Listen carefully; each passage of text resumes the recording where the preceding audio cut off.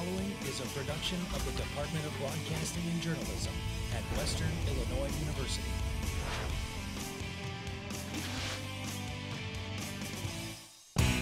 Three people are arrested after police say a stolen van was crashed, killing a woman in Moline. What charges each of them are facing ahead. And it's Election Day once again. News 3 talks to local college students to find out if they're exercising their right to vote today.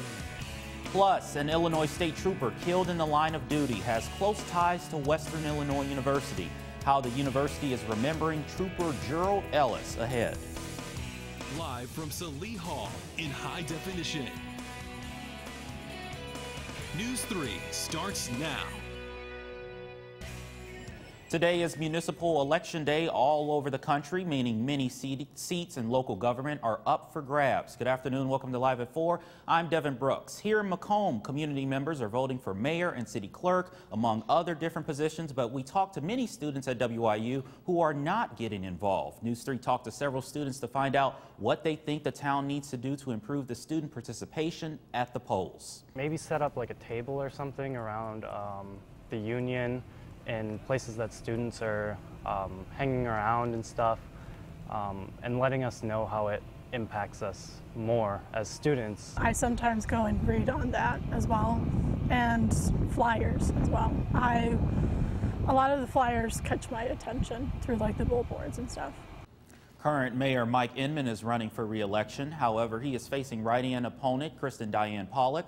Also, Donald Wynn is going up against Tammy Lee Brown Edwards for alderman at large. And in the race for 3rd Ward alderman is Annette Carper and Greg Houston.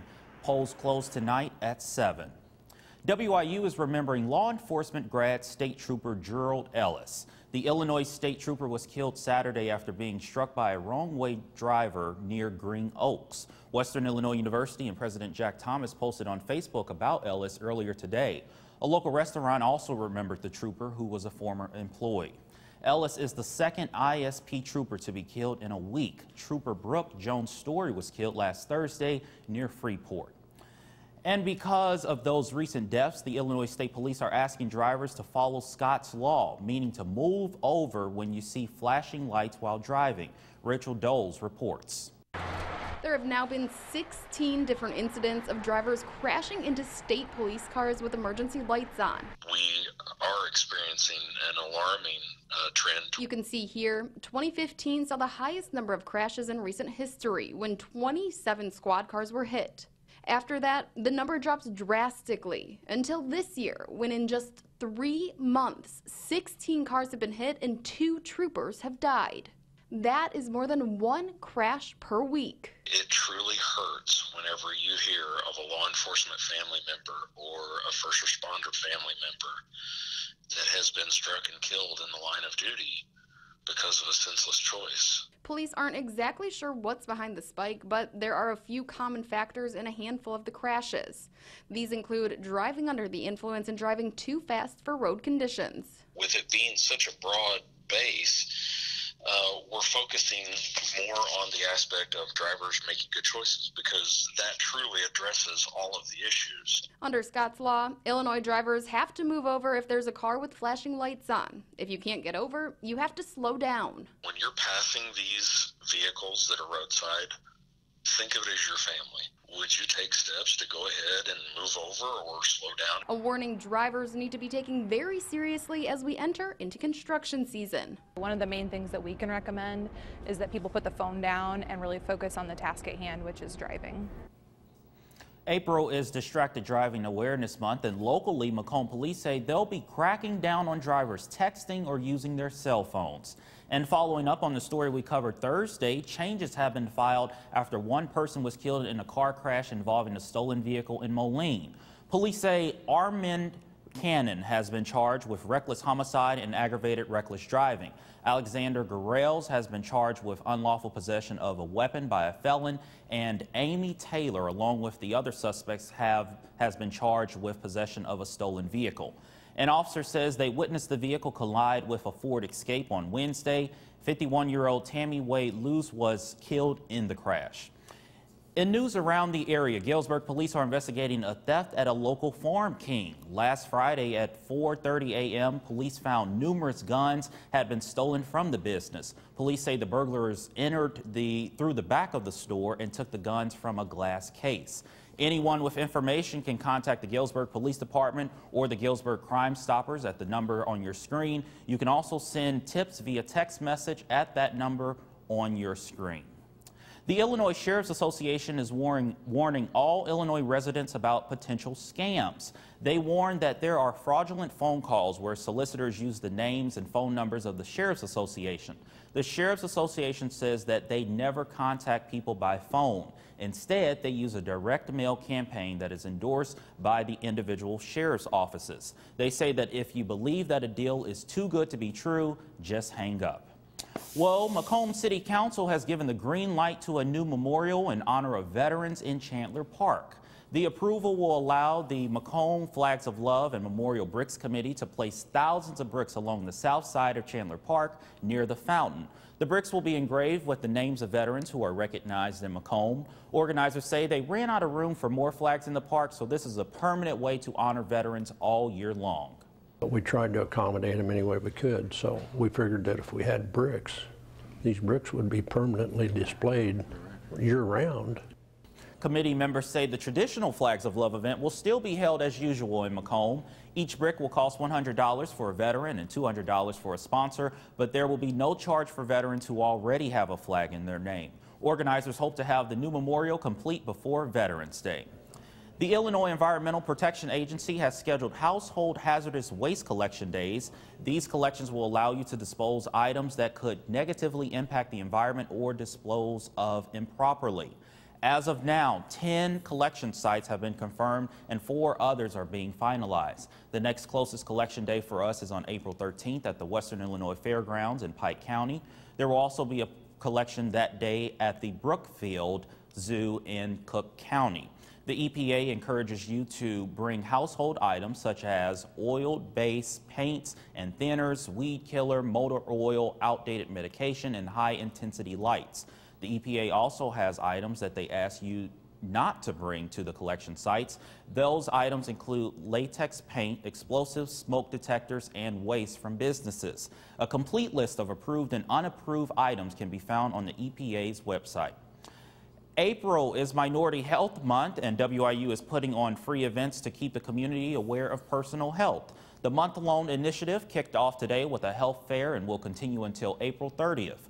This week there will be 3 educational speeches, one on infectious diseases at 4 o'clock in Horban Hall and on sexual health in Stipes Hall at 6 o'clock. Then on Friday there will be a talk from 5 to 6 p.m. on domestic violence against women. For more information or to see the full list of events, visit or search Minority Health on WIU's website. The disease once claimed to 500 lives in the U.S. each year, but since a vaccine has introduced in 1963, deaths from measles in the U.S. have plummeted. But it's only April and almost 400 measles cases have been confirmed. Melissa Rainey has more in today's Health Minute. A small seed with potentially big health risks. The Food and Drug Administration is taking steps to require food labels to carry a warning if a product contains sesame. Currently, only 8 allergens are listed on labels: milk, fish, eggs, shellfish, peanuts, tree nuts, soybeans, and wheat. Sesame is sometimes listed as natural flavors or spices. The FDA wants to change that, saying that although sesame allergies are rare, they can be deadly. According to the agency, sesame allergies affect about 300,000 Americans. While that's a tiny percentage of the U.S. population, the FDA says it's on par with allergies to soy and fish. Sesame reactions can vary from person to person, but in some cases, they can be life-threatening. The possibility of such a severe reaction is what's prompting federal health officials to take action. The FDA says requiring a warning on labels may prevent serious allergic reactions and even deaths. The agency is still gathering information from nutritionists, allergy experts, and other health officials to get a complete understanding of the risks and impacts of changing laws. For today's Health Minute, I'm Meredith Wood.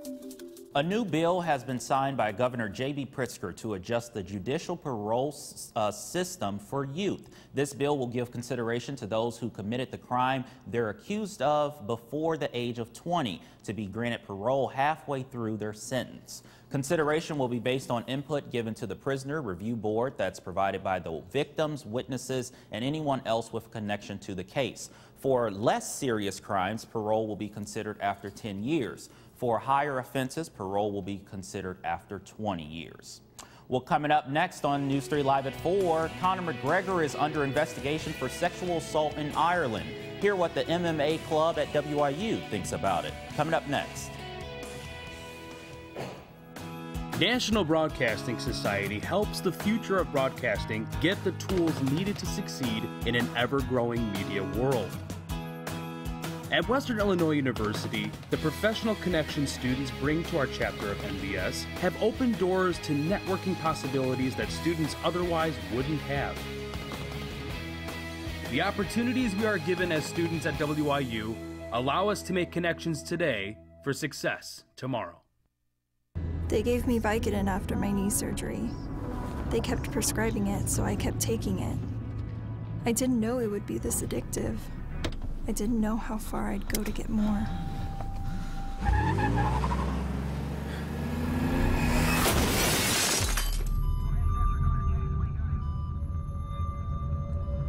Opioid dependence can happen after just 5 days. Know the truth, spread the truth.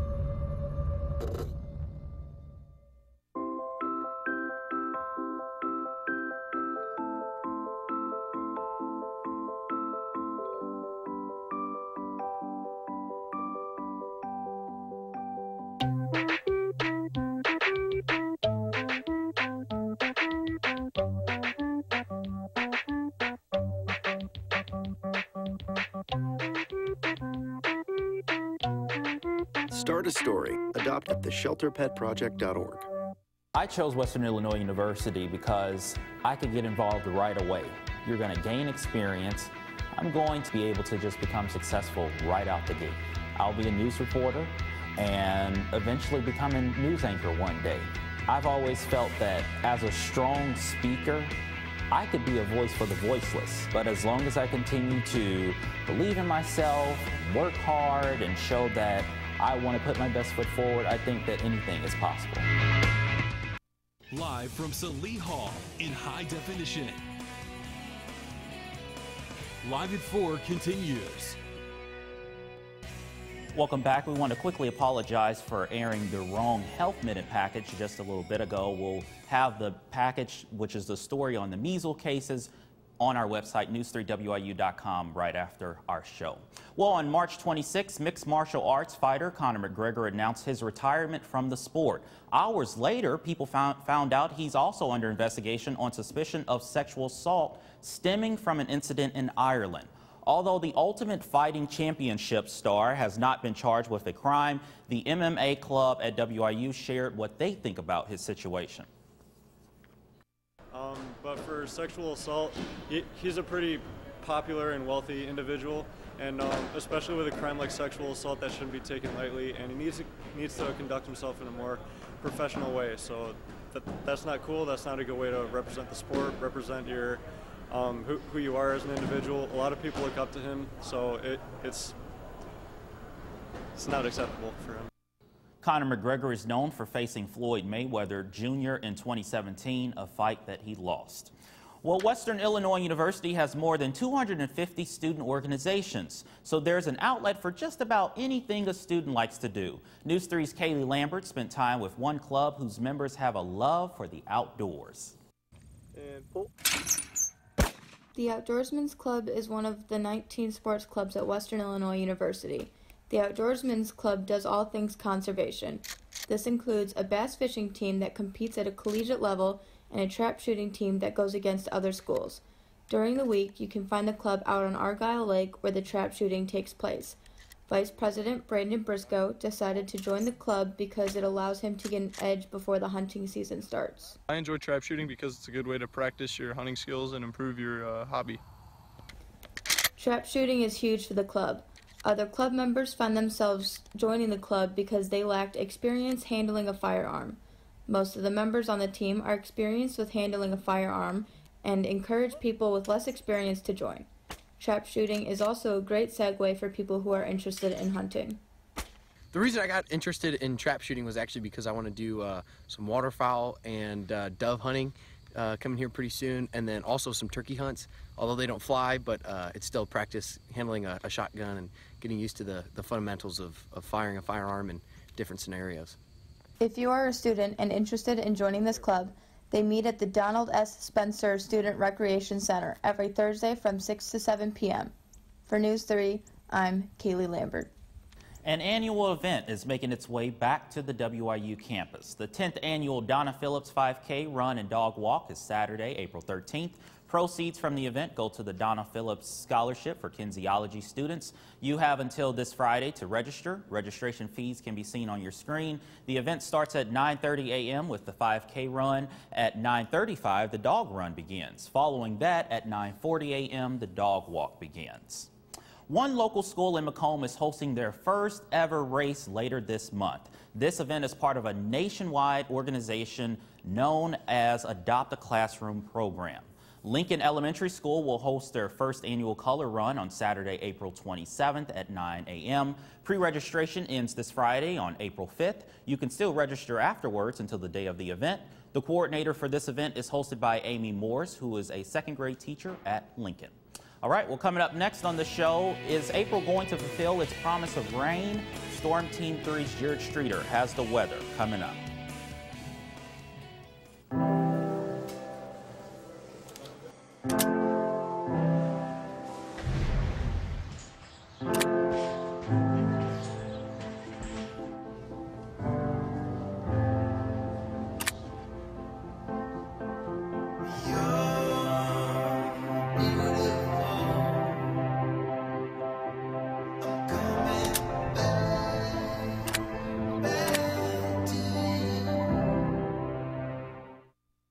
On Tuesday, November 6th, our state will be making some important decisions. You might think it's not important, or your vote doesn't matter. But that's not true.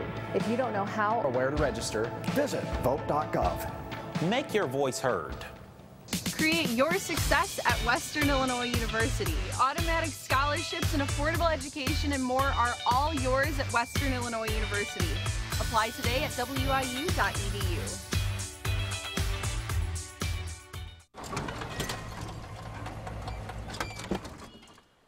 Leah, did you put a new dent in that? This one? No. Were you texting and driving again? Yes. Hi, Leah. Hi, Dad. Sorry about your bumper.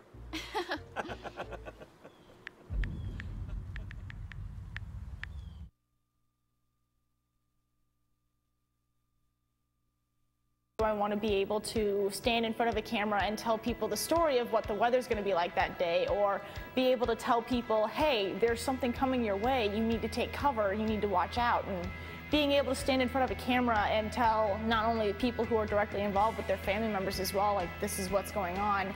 It's been very important to me because, you know, being in those situations where you are relying on the news to tell you what's going on, I like to be a part of that and helping people with that. Good afternoon and welcome back, Macomb. Currently outside we are seeing our temperatures around 50 degrees. The wind has picked up in the last hour or so. The wind is sitting around 15 miles an hour, our dew point around 38, and our humidity around 62%. Right now, the average for this time of year, about 58 degrees. Record high, which is looking beautiful, 87 degrees in 2012. And it looks like the record low for this time of year is 16 degrees in 1899. None of us were around back then. Looking at the surface pressure map right now, we are seeing this low pressure system that's going to move its way up towards our area. We are going to start to see some precipitation start moving into our area with that system, but we'll get to more of that next, coming up here in a minute. Right now, this is the radar that we had a little bit earlier, but as this precipitation started making its way over Macomb, it started breaking apart, so we didn't see any of the precipitation from that. Clouds starting to move into our area currently, but that's going to start to clear up as we head into tonight. Current temperatures right now, again, 50 degrees here in Macomb. Beardstown, we are seeing temperatures of 58, and down here in Springfield, that I was just hiding, is 60 degrees. A little jealous of my hometown. Tonight, we are going to see temperatures of 33 degrees here in Macomb, 34 down in Beardstown, and 36 over in Quincy. Looking at tomorrow, our highs in the area, we're going to have 58, and it looks like a little bit of a mistake on Burlington. My apologies on that. It will not be 44 degrees up in Burlington. Keokuk, we have 58 degrees. Quincy, a high of 61. And as we head into tomorrow night, Macomb, we are going to have a low of 45. Again, Burlington, I may have messed up again. Keokuk, 47. Quincy, 48. And Springfield, a low of 47. Looking at tonight here in Macomb, we are going to have a low of 33 degrees. The wind's west at 5 miles an hour. And as we head into tomorrow, we are going to see some afternoon showers with a high of 58, winds south-southeast at 5 miles an hour. Wind gusts could get up into the teens tomorrow. Looking at our 5-day forecast, on Wednesday we have a high of 58. Again, wet weather as we head into Wednesday and Thursday. Let's look at this weekend. 64 on Friday, 73 on Saturday, but again, that's going to bring some rain as we head into Sunday with 71 degrees as a high. Okay, we know that you'll be keeping an eye on the rain as with the flooding. Yep, thanks, Jared. absolutely. And I know the rain kind of impacted a softball game, but they were still able to get it in. Oh yeah, they're still able to get it in. The softball team faced off against one of the powerhouses in the Summer League. This and much more coming up next. I started to think about doing broadcasting my freshman year. I started calling some football games for the freshman football team. My high school didn't really have a broadcasting program like some do, and so a lot of my stuff was just PA for different sports, for basketball, for volleyball. And my mom signed me up for a visit to come to Western on a Discover Western day. And I walked through the doors of the rec center, and Buzz Hoon shook my hand and said, "Zach Stone, I've seen all your footage, I know who you are, and you belong here." And that's what really makes WIU feel like home. Disaster tips from the objects left behind. My home wasn't insured, but you can check your insurance policy now to make sure you're covered. Oh. My savings are lost, but you can put money aside and plan for unexpected disaster costs. We're lost forever, but you can scan important documents now so they survive. For more tips on how to prepare, visit ready.gov. The first time I met Morris, the door flew open and I got this larger-than-life personality talking at the top of his lungs. Hey, how you doing today? Oh man, I totally forgot. Hold on, let me get this for you. Just had a magnetic energy. So I thought, all right, we're definitely gonna be friends. Drop off a warm meal and get more than you expect. Volunteer at americaletsdolunch.org. America, let's do lunch! Why I love to do sports anchoring? Because, I mean, it's talking about sports. I decided to come to Western because I wanted an experience that wasn't like some other schools. I did color commentary for one volleyball game. I was terrified. I never did any broadcasting in high school, but when I was talking, it was all, staggered, and I had no idea what I was saying, and now I've done so many different games as a color commentator, play-by-play, now sports anchor. Every show and every game, it gets easier and easier, and I get more comfortable doing it. The baseball team traveled to Omaha this past weekend in search of a conference series victory. The Leathernecks battled hard but were unable to secure a victory throughout the 3-game series. The Purple and Gold's best games was the first as they had the lead going into the 8th. WIU inning up 3-2 but were unable to hold on as they allowed 2 runs in the bottom of the 8th and then allowing a walk-off victory for the Mavericks. Standout performers in the game were Alex Dorothy and C.J. Schaefer. The two combined for 2 hits to go along with 2 RBIs. And in softball, the Leathernecks hosted Summer League powerhouse North Dakota State over the weekend. Western Illinois dropped all 3 games to the Bison, and the team had to fight through some not-so-ideal weather. Had a delay, and you can see there teams enjoying the weather as much as they could, as the game finally got started after a long delay. Emily Ira with the punch out early in the first inning. She had 4 throughout the ball game, doing what she does as the Bison hit a deep fly ball into center field, but Jasmine Laura robbing the home run to keep the game tied at 0-0. In the second inning, up to bat Alyssa Ely awaiting the pitch. She hits a blooper into short center, but that one's a routine fly out. Still 0-0 as we enter the second. In the third inning, this is where things started to get separated. The Bison, Kara Beatty, into deep right field. That one's long gone. See you never. That was the first of many runs scored by the Bisons. They went on to win 12-0 throughout the ball game. It's that time of year again for golf as the Western Illinois men's and women's team both played off in prospective tournaments this weekend. They played in a tournament hosted by the University of Northern Iowa. The men teed off in Cedar Falls, Iowa this past weekend and look to get off to a fast start. They followed the lead of some of their best players, Jackson Weatherby and Kyle Erbacher. The two finished in the top spots for Western Illinois and helped lead them to a victory. The women's team, they did not get off to as strong of a start as the men, but they played well throughout the tournament. They finished in fourth on the leaderboard, and leading the way for them was Nicole Hamilton Cross. She shot 11 over par, and as a team for Western Illinois, finished with a combined 341 score at Pheasant Ridge Golf Course. That's sports. Final word is next.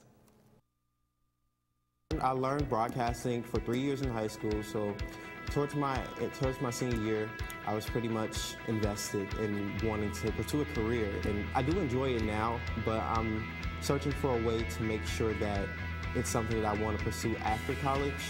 That way, I'll be able to wake up every day and say, this is something I want to do, this is something that I love, this is something that I can teach, I can spread, I can affect people with.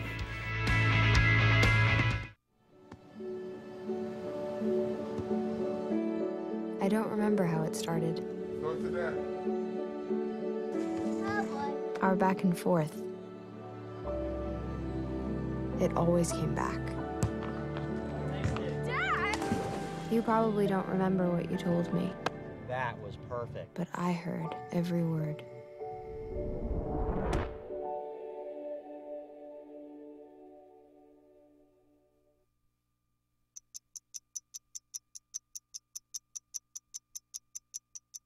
I was living in a shelter, juggling 3 jobs.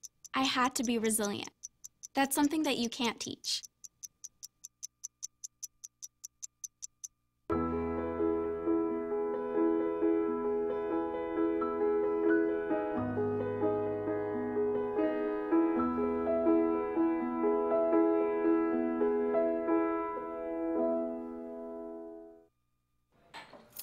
What do you think you're doing, Kevin?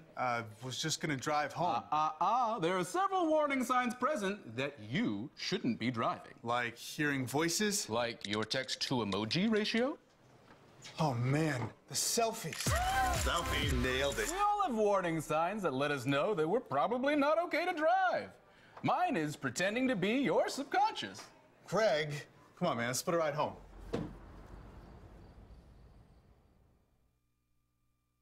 National Autism Awareness Day, and many people online are sharing their stories. Autism, or ASD, is a disorder that affects social skills, speech, and nonverbal communication. Using the hashtag World Autism Awareness Day, thousands of supporters of people with autism are trending on Twitter. Take a look at a few of the tweets posted about overcoming autism. I'm sure there's a lot of powerful stories. Even me personally, I know a few people affected by it and who work with people and kids with autism.